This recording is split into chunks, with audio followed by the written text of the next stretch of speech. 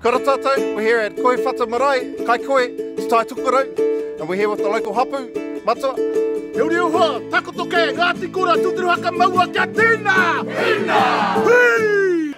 We also got here Ngāpuhi Iwi Social Services, who are running it. Give us a wave, whānau. Yeah. We also got Oranga Tamariki, kia ora Oranga Tamariki, and we've got two tangata, Man Up Legacy. Good. Got a bright Sunday, Louisa, Tipene, Shane McLean, and Quote, Eddie Walton. So, yep, that's us here for the Waru Marae screening here at Koe Whata Marae. Tūru tūru whiti whakamoa kia taina. Haume, huie! Haume!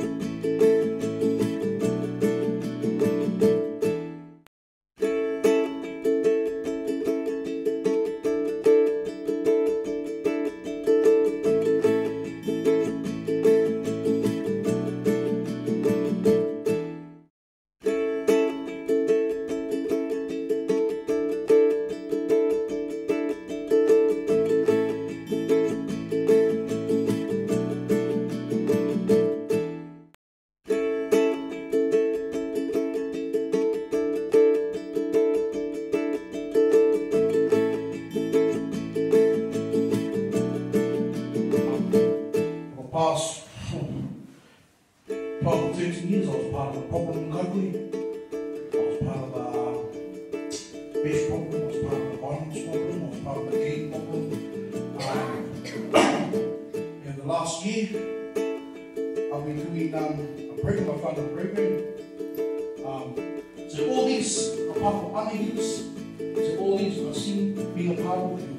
And my way up for me has actually changed not just my life, not just my partners, not just my kids, but it's changed my own mother, my own father, my brothers and my sisters, my cousins and my aunties, and my brothers.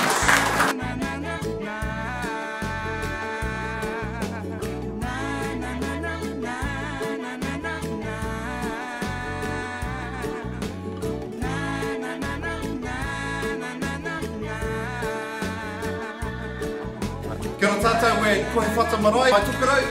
And the whānau have a message for you, Australia!